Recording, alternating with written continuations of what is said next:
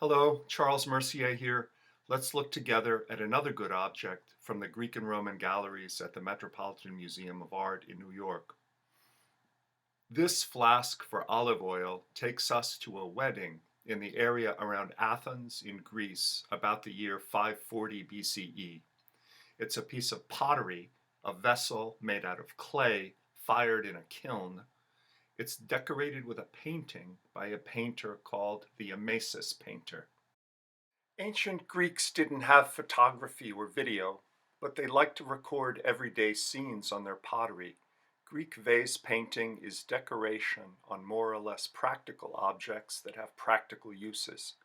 We put wedding scenes on coffee mugs, like this one from 2010, or this one with Charles and Diana from 1981. This is an oil flask, lekythos in Greek, a small vessel used to contain olive oil for anointing or perfuming. To get a sense of the characteristic shape, here are two other examples of lekythoi at the Metropolitan Museum that are much less expensively decorated. This oil flask is another example, a companion piece to the one we are looking at, also by the Amasis painter, perhaps made at the same time for the same occasion. It has women spinning, weaving, and making cloth. We'll make a video about that sometime. The painter of the painting on this oil flask is called the Amasis Painter. This painter liked to paint very detailed scenes in a small area. The paintings on this flask are just a few inches high. Amasis is a Greek version of an Egyptian name. Another Amasis was Pharaoh in the middle of the 500s BCE. It isn't clear how an Athenian got that Egyptian name, but there was much cultural contact between Greeks and Egyptians. This Amasis had a pottery manufacturing business in Athens. There are other ceramics of his that he signed, but as the potter, not as the painter. This lekythos was manufactured in his shop, but painted by someone whose name we can't be sure of, Amasis himself or someone else. It is decorated with a scene of a wedding procession, perhaps as some sort of wedding gift or souvenir. Before we talk about the procession itself, we should talk about the painting technique and the colors of the figures. At this time, around 540 BCE in Athens, vase painters used a technique called black figure. The figures are in black and the background is reddish-orange. When the clay was fired in the kiln, the hot furnace in which you bake clay to make pottery, clay from around Athens became orangey red. Figures were painted with a slip, a glaze, that turned black when the clay was fired in the kiln, as it was several times in the process they used. This oil flask is decorated with painting in black figure. Here you see 4 male wedding attendants in black figure. The bride's attendant riding in the back of the cart with the bride and groom, and the mules painted in black. When you paint in black figure, you depict details, like parts of the face, eyes, and beard, by cutting into the glaze to expose the color underneath. These are black figure mules. The eyes, the hair, the harness are depicted by incision into the black glaze. So, our wedding scene is painted in black figure technique, but the painting is supplemented by 2 other colors painted on top, white and red. Added white is used in this painting primarily for the skin of the women. Added white is also used for the columns of the porch of the house and for the noses of the mules. Added red is also used.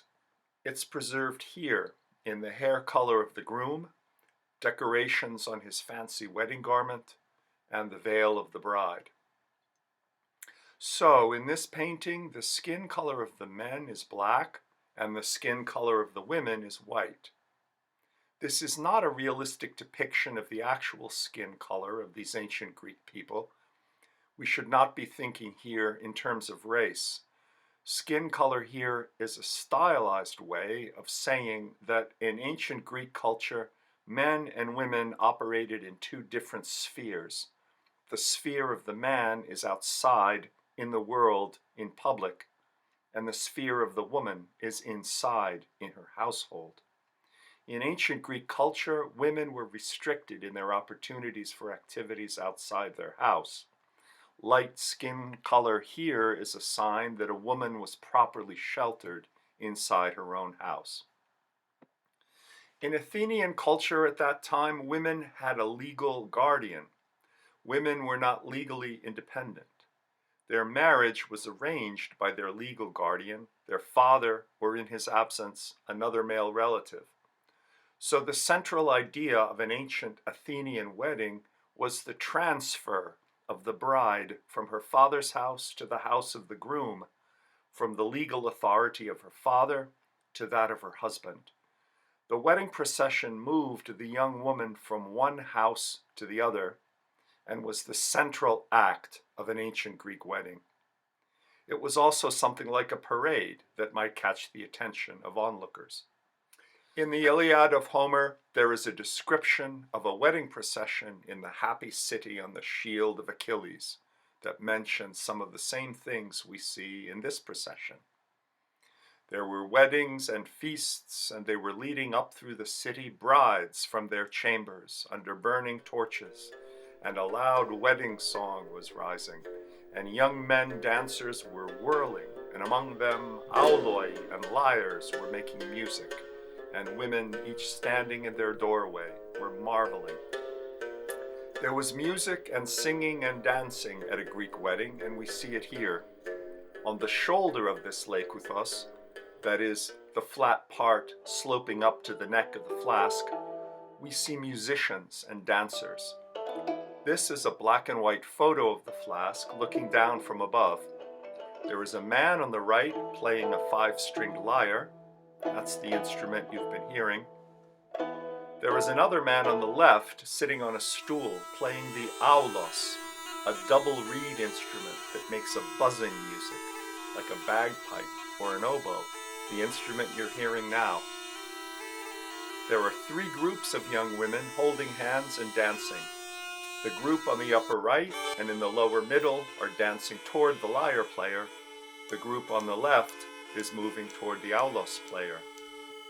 The dancers on the upper right are dancing fast, taking big steps with their feet jumping apart. The dancers in the middle are moving more slowly, feet closer together. Maybe they are just beginning to dance. The dancers on the left haven't started yet. The woman at the front of the group is looking back at the other 2, maybe telling them to get ready to start dancing. Men danced at Greek weddings, but men and women did not dance together. To see only the women dancing here is another indication of the gender separation we mentioned that the painting depicts. Now let's look at the procession. The painter has used the round shape of the oil flask to depict the progress of the procession from the father's house to the groom's house, moving the bride from one house to the other. The same house underneath the handle of the flask stands for both the departure point and the arrival point for the wedding procession as it goes in a circle around the flask. Looking at the procession from back to front, we see 2 carts are pulled by pairs of mules. The mules are controlled by tapping with a long stick, a goad. The second cart is pulling away from the bride's house. There are 4 men in the cart who are escorts and protectors and are riding in the procession. There are 2 other men who are attending. They are walking on the near side of the carts, one in a very fancy garment, maybe the father of the bride, and another one. 4 women are also part of the procession and walking on the far side of the carts. The woman farthest in back is dancing or praying or both. Dance is sacred. The woman farthest in front is carrying 2 torches. She is the mother of the bride. As the carts go forward, the bride is on the far side and the groom on the near side. The 4 walking women attending are on the bride's side. The 2 walking men attending are on the groom's side, another separation of genders. The first cart in front has the bride and groom. The groom is driving the cart, controlling the mules with his stick. In the back of the first cart sits a male escort, called in Greek the parokos, a friend of the groom who is making sure the bride is safe as she is taken to her new house. Wedding processions could get rowdy, given all the drinking and dancing. The parokos is carrying something, maybe a basket, which could have a number of meanings in a Greek wedding, or a container for part of the bride's trousseau, the things she was bringing from her old house to the new. We see the bride pulling back her veil. The revelation of the veiled bride was part of the wedding ritual, the anakalupteria, that had taken place at the wedding banquet at the bride's father's house before this procession. The bride was unveiled, and the bride and groom saw each other, perhaps for the first time. Here, the bride holds her veil open with her left hand, holding also a garland. She opens her veil, a gesture of availability to her husband. The carts are arriving, pulling up to the groom's house. In the house, from the doorway, a woman with a torch welcomes the procession. This is the mother of the groom. She greets the mother of the bride, who also holds torches, at the front of the procession, and welcomes the bride and groom to the house they will be living in. The bride's mother holds 2 torches, as does one of the attending women. Torches were essential symbolism in a Greek wedding. A wedding without torches was proverbial in Greek for a marriage that wasn't regular and proper. Remember in the Aeneid, Book 4, when Aeneas leaves Dido and tells her, "I never made you any promises, we were never really married," he says, "I never stretched out torches."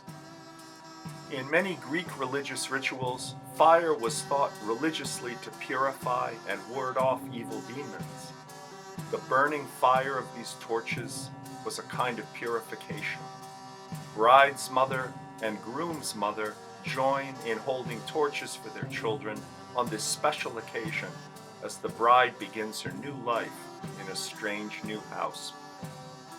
Thanks for watching.